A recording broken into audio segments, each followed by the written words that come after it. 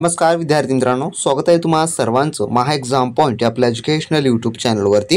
तर विद्यार्थी मित्रांनो, आपला आजचा व्हिडिओचा भाग हा 18 आहे, ज्यामध्ये आपण महिला व बाल विकास विभाग भरती 2024च्या परीक्षेच्या आपण अंतिम दिवसांमध्ये परीक्षा दृष्टिकोनातून अतिशय महत्त्वाचे व अतिसंभव प्रश्न आपण पाहत आहोत, जे की आपलं परीक्षा अधिकारी गट क या पदासाठी व इतर पदांसाठी, जी की आपली परीक्षा येत्या 10 फेब्रुवारीपासून सुरू होणारी आहे, जे की ज्याचे ॲडमिट कार्ड देखील आता अवेलेबल झालेले आहे। तर ज्यांनी अजून कोणी हॉल तिकीट डाउनलोड केले नसेल, त्याची लिंक आपण डिस्क्रिप्शन बॉक्समध्ये व आपल्या ऑफिशियल टेलिग्राम ग्रुपवर उपलब्ध करून दिलेले आहे। तुम्ही तेथून त्याचे संपूर्ण काय ॲडमिट कार्ड वगैरे डाउनलोड करून घ्या आणि तुमचं सेंटर कोणतं आलं काय नाही ते आता चेक करून घ्या, कारण का शेवटच्या दिवसांमध्ये आपल्याला फक्त अभ्यासक्रमांची तयारी आणि जे काही सेंटर असतात ते आपल्याला त्या ठिकाणी व्हिजिटसाठी जाणं अतिशय इम्पॉर्टंट असतं। त्यामुळे ज्यांनी कोणी अजूनही ॲडमिट कार्ड डाउनलोड केलं नसेल त्यांनी ॲडमिट कार्ड डाउनलोड करून घ्या, त्याची लिंक आपण डिस्क्रिप्शन बॉक्समध्ये दिलेली आहे। आणि पाहू आपण आता या उर्वरित दिवसांमध्ये आपण अतिसंभव प्रश्नांची सिरीज आपण सुरू केलेली आहे, त्यामधले काय आता पुढील प्रश्न। तर यामधला आपला प्रश्न क्रमांक 1 असा आहे, IIT मुंबईच्या मुख्य इमारतीस कोणाचे नाव दिले आहे? तर याचं जे उत्तर आहे ते आहे ऑप्शन नंबर ड, जे की नंदन निलकनी यांचं जे आहे थोडक्यात नाव IIT मुंबईच्या मुख्य इमारतीस दिलेलं आहे। त्यानंतरचा प्रश्न दुसरा आपला, काजिद 2023 हा युद्ध सराव भारत व काझाकिस्तान यांच्यात कोणत्या कालावधीत पार पडणार आहे किंवा पार पडला आहे? तर यात जे उत्तर आहे ते आहे ऑप्शन नंबर थोडक्यात बी, जे की 30 ऑक्टोबर ते 11 नोव्हेंबर या कालावधीमध्ये। आणि जे तुम्हाला परीक्षेमध्ये करंट अफेअरचे क्वेश्चन्स पाहायचे आहेत ते फक्त 2023 आणि 24 मधलेच पाहायचे आहेत, त्याहून ओल्ड पाहायचं नाही आहे, कारण का TCSने आतापर्यंत जेवढे काही एक्झाम घेतलेले आहेत, रिसेंटली BMCची एक्झाम असो किंवा कोणती एक्झाम असो, त्यामध्ये त्यांनी फक्त फोकस जे केलेला आहे करंट अफेअर्स फक्त 2023चा संपूर्ण वर्षातच पाहून घ्या तुम्ही, त्याहून अधिक जुनं करण्याची काही आवश्यकता नाही आहे, त्यामुळे ते तुम्ही पाहून घ्या। त्यानंतरचा पुढील प्रश्न आपला प्रश्न 3 असा आहे, प्रत्येक शासकीय पत्रावर शिवराज्याभिषेक सोहळ्याचे बोधचिन्ह लावण्याचा निर्णय कोणत्या राज्य सरकारने घेतला आहे? जे की शिवरायांचा जो राज्याभिषेक झाला त्या सोहळ्याचं बोधचिन्ह, तर याचं उत्तर जे आहे ते आहे ऑप्शन नंबर जे की सी, महाराष्ट्र राज्य। त्यानंतरचा पुढील प्रश्न 4, गंगाधर पानतावणे यांना कोणत्या पुरस्काराने सन्मानित करण्यात आले होते? तर याचं उत्तर आहे ऑप्शन नंबर ए, जे की पद्मश्री या पुरस्काराने सन्मानित करण्यात आले होते। तर रिसेंटली जेवढे काही लोकांना पद्मश्री, पद्मभूषण, पद्मविभूषण हे पुरस्कार मिळाले आहेत त्यांची यादी देखील तुम्ही पाहून घ्या, कारण का लेटेस्टवर आधारित देखील तुम्हाला परीक्षेमध्ये प्रश्न विचारला जाऊ शकतो की कोणाला कोणता पुरस्कार मिळालेला आहे यावर आधारित। त्या आधारित आपला एका सायंकाळी डेडिकेटेड व्हिडिओ देखील येणार आहे, ज्यामध्ये तुम्हाला कोणता पुरस्कार कोणाला मिळालेला आहे हे संपूर्ण त्यामध्ये असेल, व त्यासोबतच जेवढे काही प्रसिद्ध लेखक आहेत त्यांचे देखील आपण त्यामध्ये डिस्कस करणार आहोतच।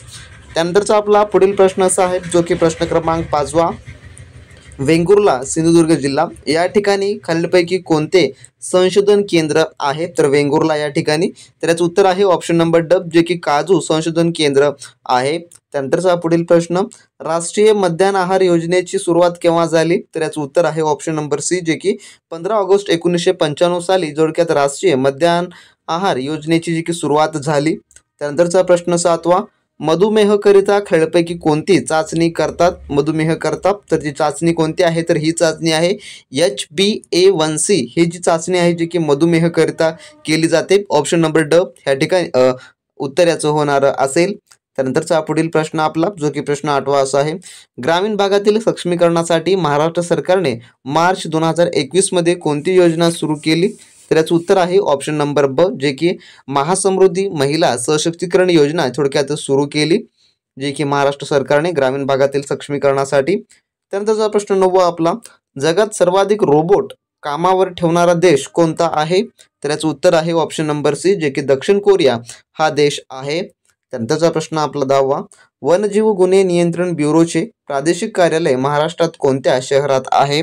तर याचं उत्तर आहे ऑप्शन नंबर सी, जे की मुंबई या शहरात आहे। त्यानंतरचा पुढील प्रश्न, जो की प्रश्न 11 असा आहे, केंद्रीय आरोग्य व कुटुंब कल्याण मंत्रालयाने सुरू केले मिशन संपर्क अभियान कोणत्या रोगाशी निगडीत आहे? तर याचं उत्तर आहे ऑप्शन नंबर सी, जे की एड्स या रोगाशी संबंधित आहे। मित्रांनो, तुम्ही अजूनही आपले महिला व बाल विकास विभाग भरती पुणे आयुक्तालयासाठी स्पेशल असलेले संभव प्रश्नपत्रिका आणि जे ई बुक तुम्ही घेतला नसाल तर लगेच तुम्ही आपल्या व्हॉट्सअप सेलरशी कॉन्टॅक्ट करून सर्व काही मिळवून घ्या, ज्यामध्ये आपण TCS पॅटर्न आधारित जेवढा काही तुमचा त्या पदांकरता जो अभ्यासक्रम आहे तो आपण परिपूर्ण यामध्ये कव्हर केलेला आहे, ज्यामध्ये तुम्हाला मराठी व्याकरण, इंग्लिश ग्रामर, ग्रामर, सामान्य ज्ञान, बौद्धिक चाचणी हे सर्व काही 100% तुम्हाला अभ्यासक्रम त्या ठिकाणी कव्हर करून दिला जाणार आहे. त्यासोबतच तुम्ही जर कोणत्याही पदाकरता अप्लाय केला असेल, म्हणजेच की गट ब चा आहे, क आहे किंवा ड, या संपूर्णचा आपण सर्व काही त्यामध्ये अभ्यासक्रम कव्हर केलेला आहे. त्यासोबत टीसीएसचे जेवढे काही आतापर्यंतचे महत्त्वाचे प्रश्न आहेत ते देखील आपण त्यामध्ये इन्क्लूड केलेले आहे. जर तुम्ही आपला हा क्रॅश कोर्स घेतला तर तुम्हाला कोणत्याही मार्केटमधलं बुक्स घेण्याची गरज नाही किंवा तुम्हाला कोणतेही महागडे कोचिंग लावण्याची गरज नाही. 100% तुमचा अभ्यासक्रम याद्वारे कव्हर होणारा असेल आणि अगदी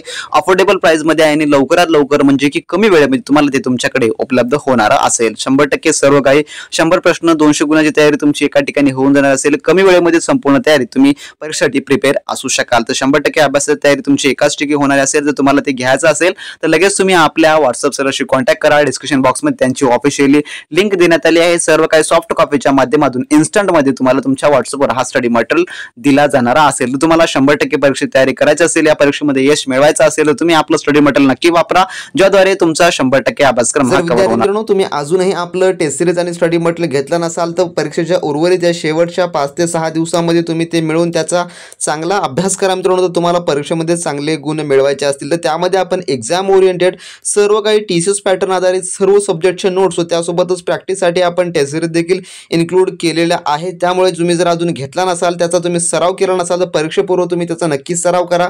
परीक्षा दृष्टिकोनातून महत्त्वपूर्ण सर्व अतिसंभव प्रश्न आपण इन्क्लूड केलेले आहेत जे की तुम्हाला परीक्षेमध्ये विचारणे देखील एक्सपेक्टेड आहे. त्यामुळे ज्यांना कोणाला मिळवायचं आहे लगेच त्यांनी डिस्क्रिप्शन बॉक्समध्ये आपल्या ऑफिशियली व्हॉट्सअप सेलरची लिंक दिली आहे, त्यांच्याशी तुम्ही कॉन्टॅक्ट करून ते सर्व काही घेऊ शकता व चांगल्या आणि उत्तम तयारीला या उर्वरित दिवसांमध्ये देखील लागू शकता. ज्यांना कोणाला चांगले गुण मिळवून यामध्ये आपली रँक सिक्युअर करायची असेल त्यांनी नक्की आपलं स्टडी मटेरियल रेफर करा. त्यानंतरचा पुढील प्रश्न असा आहे जो की प्रश्न 12वा, रॅपिड ॲक्शन फोर्स हे विशेष पोलीस पथक कोणत्या केंद्रीय पोलीस दलाचे अंग आहे? तर याचं उत्तर जे आहे ते आहे ऑप्शन नंबर ए, जे की CRPFचे एक अंग आहे हे रॅपिड ॲक्शन फोर्स RAF. त्यानंतरचा पुढील प्रश्न 13वा, भारतीयांना इंग्रजी शिक्षण देण्याच्या धोरणाचा अवलंब डॅश यांच्या कारकिर्दीत करण्यात आला? तर याचं उत्तर आहे ऑप्शन नंबर ए, जे की लॉर्ड विलियम बेंटिक यांच्या कारकिर्दीत.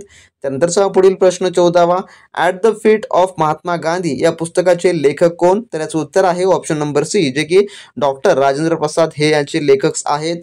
त्यानंतरचा प्रश्न 15वा, पुण्याच्या डॅश या महाविद्यालयीन विद्यार्थ्याने हॉटसन या हंगामी गव्हर्नरवर गोळ्या झाडल्या? तर याचं उत्तर जे आहे ते आहे ऑप्शन नंबर बी, जे की वासुदेव बळवंत गोंगटे की जे यांनी जे थोडक्यात जे की झाडल्या आहेत पुण्याच्या जे की महाविद्यालय विद्यार्थ्याने. त्यानंतरचा पुढील प्रश्न आपला जो की 16वा असा आहे, G20 वर आधारित पंतप्रधान नरेंद्र मोदी यांच्या हस्ते किती रुपयाची 2 विशेष स्मारक नाणी जारी केली आहेत? तर याचं उत्तर आहे ऑप्शन नंबर ए, जे की 100 आणि 75 रुपयाची. त्यानंतरचा पुढील प्रश्न 17वा, रक्ताचे पाणी करणे या वाक्यप्रचाराचा अर्थ काय? तर रक्ताचे पाणी करणे कशास म्हणतात?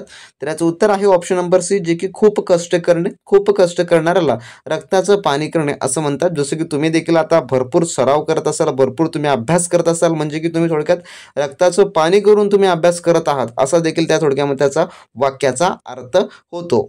त्यानंतरचा पुढील प्रश्न जो की 18वा असा आहे, चले जाऊ चळवळीतील भूमिगत चळवळीचे नेतृत्व कोणी केले? तर याचं उत्तर आहे ऑप्शन नंबर बी, जे की जयप्रकाश नारायण यांनी केलेलं आहे. त्यानंतर प्रश्न 19वा, कुष्ठरोग निवारण व पुनर्वसनाच्या कार्यासाठी आळंदीजवळ डुळगाव येथे चालवल्या जाणाऱ्या डॅश या संस्थेचे डॉक्टर इंदुताई पटवर्धन यांचे नाव निगडित आहे? तर याचं उत्तर आहे ऑप्शन नंबर सी, जे की आनंदग्राम संस्थेशी संबंधित जे आहे डॉक्टर इंदुताई पटवर्धन यांचं नाव आहे. ऑप्शन नंबर सी ह्या ठिकाणी याचं उत्तर होणार असेल. त्यानंतर 20वा प्रश्न, अनाथाची माय म्हणून ओळखल्या जाणाऱ्या सिंधुताई सकपाळ खालीलपैकी कोणत्या संस्थेशी निगडित नाही? तर निगडित नाही असं म्हटलेलं आहे. तर याचं उत्तर आहे ऑप्शन नंबर सी, जे की मुक्तिसदन केडगाव यांच्याशी संबंध जे आहे जे की त्यांचा काहीच नाही. ऑप्शन नंबर सी या ठिकाणी याचं उत्तर होणार असेल. त्यानंतरचा पुढील आपला 21वा प्रश्न असा आहे, संतती नियमनाची पहिली चळवळ महाराष्ट्रात डॅश यांनी सुरू केली? तर याचं उत्तर आहे ऑप्शन नंबर ए, जे की रघुनाथ धोंडो कर्वे यांनी जे आहे जे की सुरू केली. त्यानंतरचा प्रश्न 22वा आपला, बोकारो येथील सार्वजनिक क्षेत्रातील लोहपोलाद प्रकल्पास खालीलपैकी कोणत्या देशाचे सहाय्य लागले आहे? तर याचं उत्तर आहे ऑप्शन नंबर ए, जे की रशियाचे लागलेलं आहे. त्यानंतरचा 23वा प्रश्न, ग्रे हाऊंडस दहशतवाद विरोधी कमांडो पथक कोणत्या राज्यात आहे? तर याचं उत्तर आहे ऑप्शन नंबर डी, जे की तेलंगणा या राज्यामध्ये आहे. त्यानंतर 24वा प्रश्न आपला, 1924 साली बेळगाव येथे झालेल्या काँग्रेस अधिवेशनाचे खालीलपैकी कोण अध्यक्ष होते? तर याचं उत्तर आहे ऑप्शन नंबर ब, जे की महात्मा गांधी हे होते. त्यानंतर 25वा प्रश्न, न्यायज्योती सावित्रीबाई फुले यांचे निधन केव्हा झाले? तर याचं उत्तर आहे ऑप्शन नंबर ए, जे की 10 मार्च 1897 साली जे थोडक्यात झालेलं आहे. त्यानंतरचा 26वा प्रश्न, महात्मा गांधी यांच्या आईचे नाव काय जे की होते किंवा आहे? तर याचं उत्तर आहे ऑप्शन नंबर सी, जे की पुतलाबाई असं जे आहे थोडक्यामध्ये महात्मा गांधी यांच्या आईचे नाव होते. त्यानंतरचा पुढील प्रश्न आपला 27वा, इतिहासात लाल बाल पाल मध्ये पाल म्हणजे डॅश हे होते, कोणाला म्हटलं जात होतं? तर याचं उत्तर आहे ऑप्शन नंबर ए, जे की बिपिनचंद्र पाल यांना जे आहे थोडक्यामध्ये पाल त्या ठिकाणी म्हटलं जात होतं. त्यानंतरचा आपला 28वा प्रश्न, चषकमान प्रकल्प कोणत्या तालुक्यात आहे? तर याचं उत्तर आहे ऑप्शन नंबर ड, जे की खेड या तालुक्यात आहे. त्यानंतर 29वा प्रश्न, नॉर्थ ईस्ट इंडिया फेस्टिवल कोणत्या देशात आयोजित करण्यात आला होता? तर याचं उत्तर आहे ऑप्शन नंबर थोडक्यात बी, जे की व्हिएतनाम या देशामध्ये करण्यात आला. त्यानंतरचा 30वा प्रश्न, खालीलपैकी कोणती संज्ञा सायबर गुन्ह्याशी संबंधित नाही? तर याचं उत्तर आहे ऑप्शन नंबर डी, जे की हे स्मगलिंग हे जे आहे सायबर गुन्ह्याशी संबंधित नाही. ऑप्शन नंबर ड ह्या ठिकाणी याचं उत्तर होणार असेल. त्यानंतर आपला 31वा प्रश्न, अजिंठा व वेरूळ लेण्यामध्ये खालीलपैकी कोणत्या कथा चित्रित आहेत? त्याचं उत्तर जे आहे ते आहे ऑप्शन नंबर ब, जे की जातक कथा.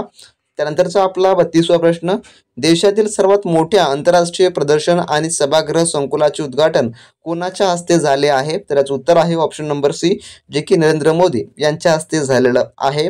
त्यानंतरचा 33वा प्रश्न, भारतात हरित क्रांतीची सुरुवात डॅश पासून झालेली आहे? तर कोणत्या सालापासून? तर याचं उत्तर आहे सी, जे की 1965 या सालापासून. त्यानंतर 34वा प्रश्न, खालीलपैकी प्रसिद्ध वीणावादक कोण आहेत? तर याचं उत्तर आहे ऑप्शन नंबर थोडक्यामध्ये जे की ए, पंडित विश्वमोहन भट हे जे आहे जे की प्रसिद्ध वीणावादक आहेत. त्यानंतरचा 35वा प्रश्न, DRDO ची स्थापना केव्हा झाली? तर याचं उत्तर आहे ऑप्शन नंबर ब, जे की 1958 साली थोडक्यामध्ये DRDO ची स्थापना झाली.